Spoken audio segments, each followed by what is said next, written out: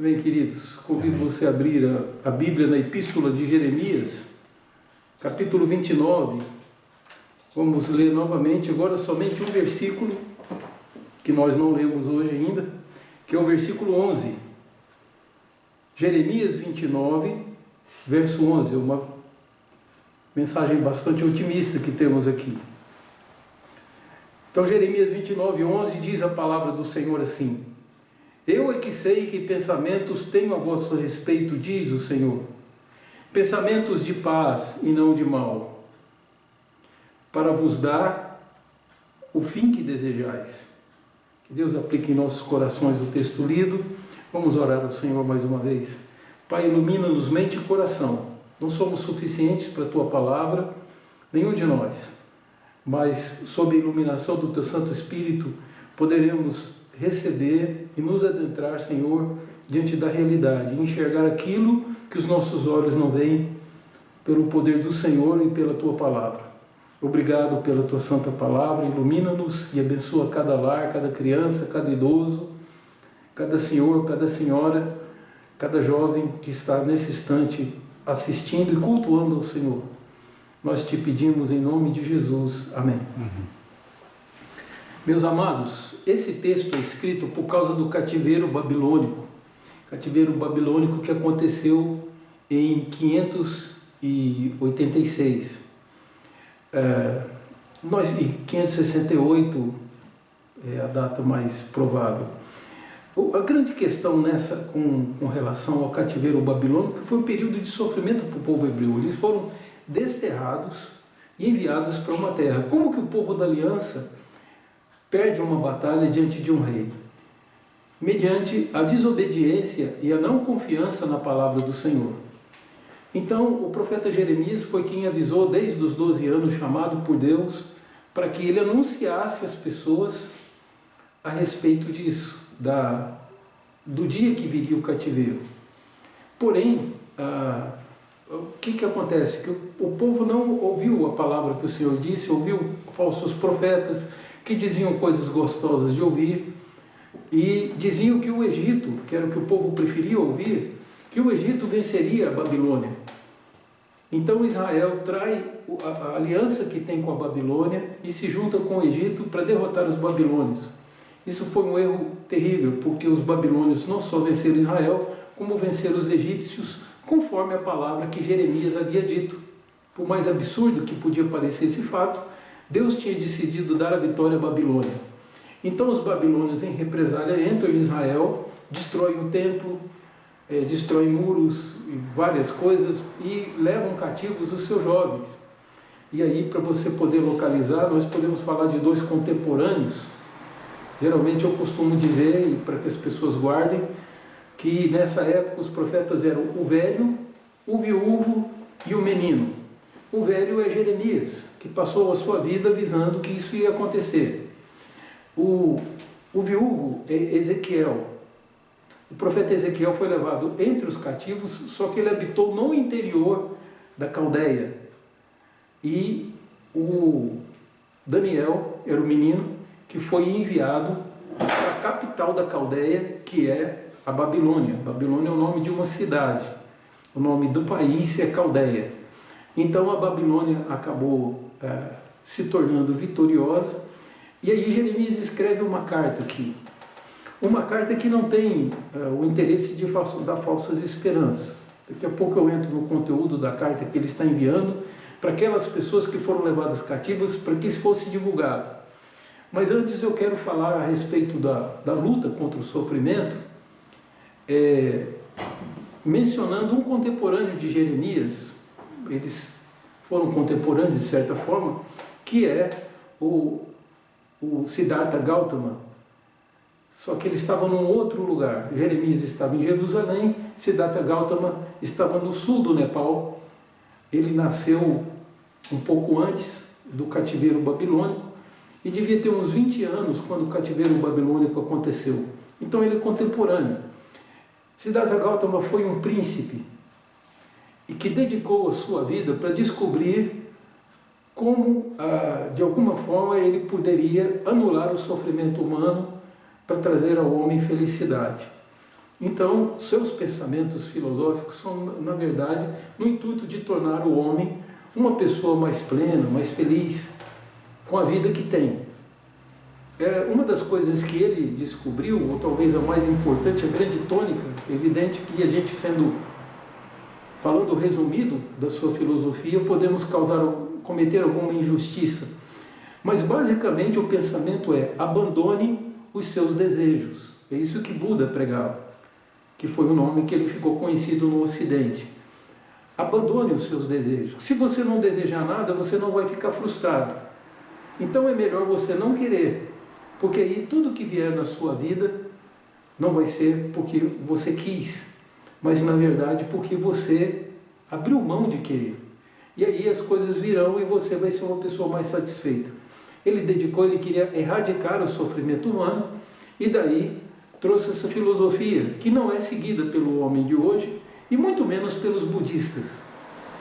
O budismo não nasceu com o propósito de ser uma divisão do hinduísmo, mas acabou acontecendo. Então tem pessoas que, se você pergunta a religião, dizem: eu sou budista. O que acaba que é quase que um contrassenso, porque Buda, na verdade, foi um filósofo que filosofou em cima das crenças que ele tinha no hinduísmo. E daí ele tem essa tirada que é: se você não desejar, você não vai ser infeliz. Evidentemente que Jeremias discordava frontalmente desse pensamento. Aqui não é proposto que o povo de Israel não queira. Aqui é proposto que o povo se reconcilie com o seu Criador. Porque Israel foi uma nação que nasceu, diferentemente das nações hinduístas, das outras nações orientais. O povo hebreu nasceu de um convite que Deus fez para um homem chamado Abraão. Esse homem não podia ter filhos e milagrosamente acabou tendo um filho. Teve mais de um, mas esse filho, milagrosamente, porque sua esposa era estéril, então nasce por um milagre um rapaz chamado Isaac. E esse homem, Isaac, é o pai de Jacó, e Jacó tem um outro nome que é Israel. Portanto, a nação de Israel, as 12 tribos de Israel, que correspondem aos 12 filhos de Jacó, são, na realidade, um fruto de um milagre de Deus. Essa nação foi criada do nada. E, para não falar que o próprio Jacó teve filhos com a sua esposa Raquel, que era estéril, então também mais filhos nasceram de forma milagrosa. José, do Egito, e Benjamim foram filhos de Raquel. Mas com essa história contada assim, nós vemos que Deus cria um povo. Esse é o povo da aliança, porque ele fez uma aliança com Abraão, com Isaac, com Jacó, e faz uma aliança agora com o povo. O povo que sai do Egito é um povo que está em busca da Terra Santa, que é onde reside a sua felicidade. Porém, no caminho da Terra Santa, morre uma geração que viveu no Egito, e a geração que nasceu no deserto é que entra na Terra Santa, à exceção de Josué e Caleb. Todos eles entram na Terra Santa, e quando estão na Terra Santa, têm ali a sua oportunidade de felicidade. Agora essa Terra Santa foi tirada deles, porque eles não creram no Senhor e andaram nos caminhos errados, e deram ouvidos aos falsos profetas. Agora que estão lá na terra, isso que provoca a epístola de Jeremias, a carta de Jeremias, o que provoca essa carta que ele escreve por mandado de Deus, foi uma razão muito simples. Falsos profetas começaram a dar falsas esperanças para o povo. Era dito ao povo: não se casem, não construam família, não construam casas para vocês aqui na Babilônia, porque nós vamos voltar logo. E aí Jeremias tinha predito que seriam 70 anos de cativeiro, e eles disseram que eles iam voltar de imediato, que o Senhor os livraria. E todo mundo estava correndo atrás, estavam se desviando, ouvindo falsos profetas de novo, que traziam falsas esperanças. Então Jeremias escreve para, de alguma forma, dar um anticorpos para eles resistirem a essas falsas profecias, porque se Deus falou que era 70, serão 70 anos. Mas Deus está prometendo mais coisas para eles. Uma vida extremamente feliz quando eles saíssem do cativeiro. Não somente de terem sua terra de volta, mas também o próprio Deus ser encontrado por eles. É isso tudo que está sendo prometido aqui. uma nova fase na vida. Eles teriam o que povos nenhum teriam.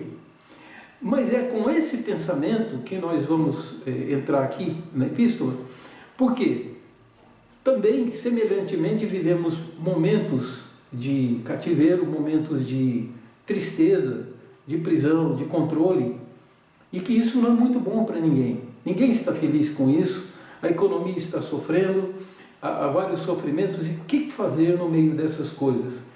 Seguir o conselho de Buda, que foi um profeta do seu povo, dizendo: não vamos desejar nada, vamos nos alegrar com tudo que temos? Ou será que nós vamos seguir os profetas de Jeremias dizendo: vai passar logo, vai ter o tempo que Deus quiser? E aí então nós somos, se você pensar assim, você vai estar como Jeremias. Jeremias diz: é uma oportunidade para nos reconciliarmos com Deus, e reconciliando com Deus, temos o melhor que pode ser dado a alguém, a um ser humano. A verdadeira felicidade reside aí. O homem precisa reconciliar-se com Deus. Então, vejamos o que Jeremias diz aqui. Ele não autoriza ninguém a falar em nome de Deus e nem a julgar os seus pensamentos, tentar prever o que Deus vai fazer. Ele está dizendo aqui, o profeta Jeremias, que eu é que sei os pensamentos que eu tenho para com vocês. Mas eu gostaria de ler antes o verso 10, porque no verso 10 você tem uma ideia do contexto. Então a carta diz isso: assim diz o Senhor, logo que se cumprirem para a Babilônia 70 anos, atentarei para vós, e cumprirei para convosco a minha boa palavra, tornando-vos a trazer para este lugar. Então, ou seja, vocês voltarão para Jerusalém, mas depois que os 70 anos se completarem.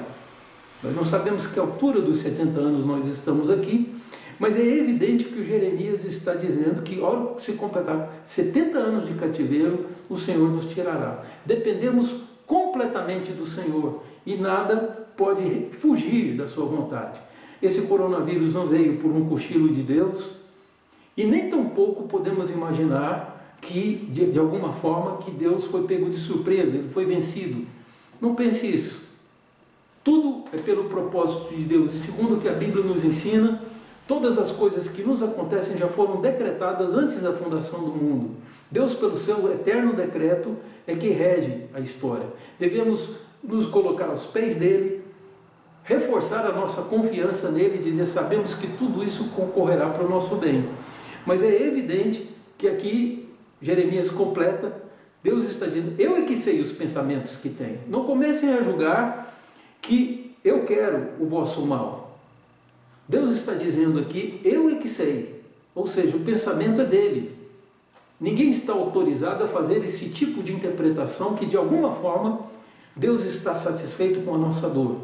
Ele diz que não. O meu pensamento para vocês são pensamentos de paz e não de mal. É interessante, a palavra paz, por hebreu, a palavra shalom, ela tem o significado de muito mais do que ausência de guerra. Porque é assim que na língua portuguesa nós chamamos: viveu um período de paz. Então ele viveu sem conflitos. Mas shalom, para o hebreu, tem mais a ver com a palavra charis do grego, quando é saudação, que é graça. Shalom tem mais a ver com a sua despensa cheia de coisa, transbordando de alimentos, sua família feliz e saudável. Então o shalom é mais completo. O shalom é muito mais para felicidade do que para uma mera paz de ausência de conflito. Que nem sempre você vive no período sem conflito, você está feliz. Então o shalom tem mais a ver com felicidade. É por isso que o hebreu, quando saúda o outro, ele diz shalom, porque ele está desejando tudo de bom para aquela pessoa. Como você faz quando despede de alguém e diz tudo de bom, o hebreu diz shalom. Então shalom é muito mais amplo para o hebreu do que meramente não haver guerras, não haver inimigos. Então ele diz: eu tenho pensamento de felicidade para vocês e não de mal. A ideia de Deus é nos conceder. O problema é que o povo não crê, vive por outros profetas, por outros pensamentos, por pensamentos seculares, e vai dirigindo e montando a sua cabeça, e nesse sincretismo acha que crê. Num dado momento, Deus levanta um profeta chamado Jeremias, e esse profeta diz: os babilônios vão vencer. e eles dão risada, porque era mais ou menos dizer que os Estados Unidos ia perder uma guerra para o Paraguai.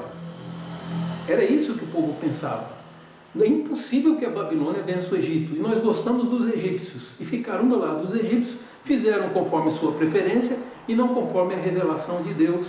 Terminaram cativos, porque Deus não mudou o seu propósito só porque o povo pendeu para um lado. Os egípcios eram um símbolo do cativeiro do povo hebreu no passado. Os babilônios passaram a ser o símbolo do cativeiro presente. Daí Jeremias escreve para eles e diz: não acreditem nesses profetas.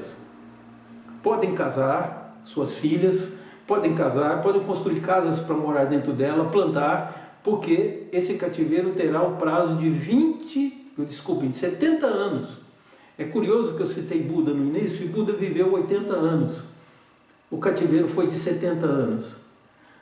Então, só para você ter um paralelo. E aí, com 70 anos de cativeiro, eu vou trazer vocês de volta para Jerusalém. Eu vou mover a terra, mover os reis. O imperador da época vai estar a meu serviço, como realmente aconteceu que o imperador Ciro dos persas, que venceu a Babilônia, permite que o povo de Israel volte para sua terra e até começa a dar dinheiro a eles para poderem reconstruir os muros de Jerusalém e voltar a ser uma cidade livre. Mas até esse momento Israel não tem ainda essa concepção. Então Deus diz: não pense que o Senhor vai falhar com a sua palavra. São 70 anos, eles se cumprirão. Vocês podem levar a sua vida contando com 70. Então ele muda a perspectiva do povo hebreu. Mas de qualquer forma ele diz: os meus planos para vocês, meus pensamentos são pensamentos de paz. Os meus planos para vocês são ótimos. Então somente tenham confiança de permanecer no cativeiro e creiam na palavra que eu digo através do meu profeta Jeremias. Em segundo lugar, nós vemos que, primeiro, que Deus não admite que os homens, os intérpretes deles, falem em nome dele, e muito menos agora que falem de mal, porque na verdade Deus não tem intenção de fazer o mal ao povo, mas a intenção de Deus, os planos de Deus, é libertá-los. E por último ele completa com uma frase bastante reveladora. Ele diz: para vos dar o fim que desejais. Assim que está escrito na sua versão no português. Literalmente no hebraico ele diz: para dar a vocês um futuro e esperança, e uma esperança. Esse aqui está literalmente, que Jeremias escreveu com a sua pena, foram essas duas palavras: futuro e esperança. A palavra futuro aqui, ela tem a sua raiz na palavra atrás, depois. Então aquilo que está após. Então, para dar a vocês um após, ou seja, vocês não vão morrer aqui, vocês voltarão para a terra. As pessoas só morrem e só terminam o seu período de vida quando completa o tempo que Deus determinou. E o próprio Deus está dizendo: podem encher-se de esperança, porque vocês vão voltar para a terra. Vocês terão um depois cativeiro. Esse é um futuro, como está em algumas versões, e aqui no caso, e esperança. E esperança é o contrário de desespero. Não se desespere. Porque quando Deus estabelece o prazo em que vai terminar o cativeiro, Ele está dando esperança para o povo, sabemos, vamos voltar para a nossa terra. Se Jeremias estava tão interessado no conforto do povo da aliança, que quando Israel, antes de ser tomada, ou estava sendo tomada já, estava sob o cerco, é evidente que todos os terrenos caíram de preço, porque ninguém sabia qual seria o futuro. Jeremias sabia. E Jeremias comprou um lote em Jerusalém, para dizer para eles: tanto que eu tenho esperança, que eu tenho certeza que o Senhor fará. Esse lote vai ficar de herança para o meu filho. E ele compra essa propriedade. Ou para gerações futuras, não sei nem a respeito de filhos de Jeremias. Mas ele fala assim: para gerações futuras, eu tenho tanta certeza que vocês voltam, que eu estou comprando o lote. Isso foi para dar conforto ao povo, porque o povo estava desesperado, porque o Egito estava perdendo para a Babilônia, e o Egito estava já cercando Jerusalém. Então, o interesse que o povo tem em esperança, que ele não desfaleça, não desmaie, é muito grande. E daí Deus levanta seus profetas para fazer isso, mas não para encher as pessoas de falsas esperanças. Pensando como no início a respeito dos transtornos causados pelo início da Covid-19, tem uma coisa para nós pensarmos, que ele só irá embora depois que cumprir tudo o que Deus quer. Então espere no Senhor. Essa aqui tem que ser a nossa esperança. E eu quero concluir trazendo a vocês uma lembrança de uma palavra de Jesus, que alguma pessoa erroneamente pode tentar relacionar com também uma tese do budismo. Jesus disse só o seguinte, é interessante o que Jesus nos ensina. Ele diz: quem quiser ganhar sua vida vai perdê-la. E aí pode parecer para alguns que Jesus está dizendo para nós não desejarmos. Não é isso. Ele diz: quem perder a sua vida por amor de mim. Então, a diferença entre ele, o que ele prega e o que Buda prega é a motivação. Para Buda, o homem deve deixar o desejo para conseguir alcançar a felicidade, para o bem próprio. E Jesus diz: por amor de mim. A palavra amor não faz parte desse pensamento. Aliás, o budismo é quase um ateísmo. O budismo passa a você a ideia de que se você fizer algumas coisas, se você cumprir algumas etapas, você vai ser uma pessoa feliz, independente de Deus, do universo. Essas são as leis naturais. E Jesus diz: não depende de leis naturais, depende de alguém que pensa, alguém que te ama. E esse Deus, se você deixar as coisas por amor a mim, Ele também te amará.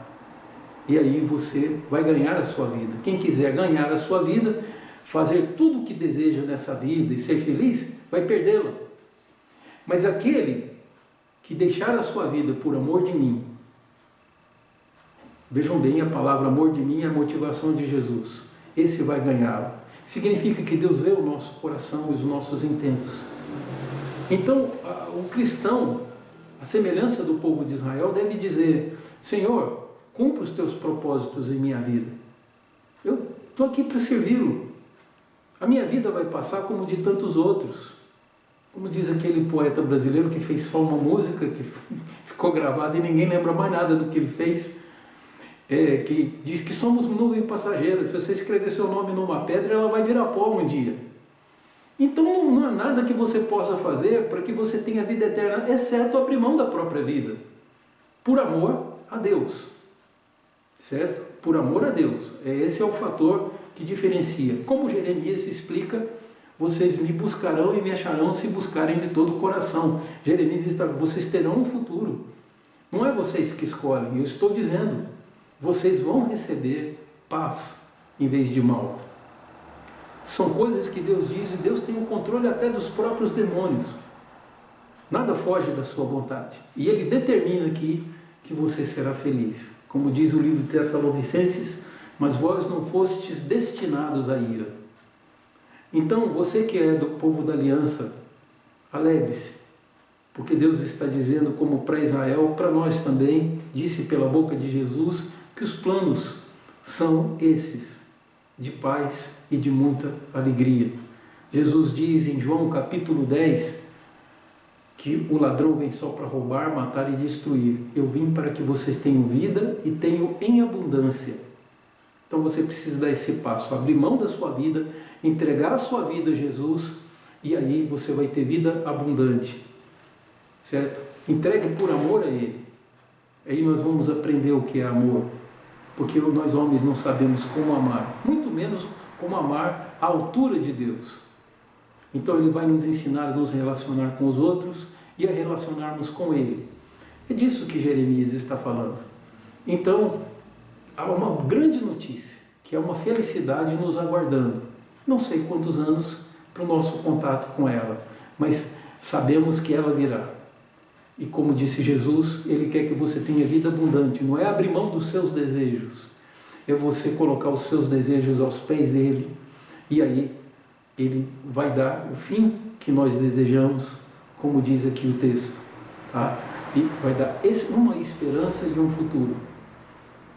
Sem o nosso Deus, não há futuro para você e nem esperança. Pode haver falsas esperanças, mas a esperança, ela já se dissipou.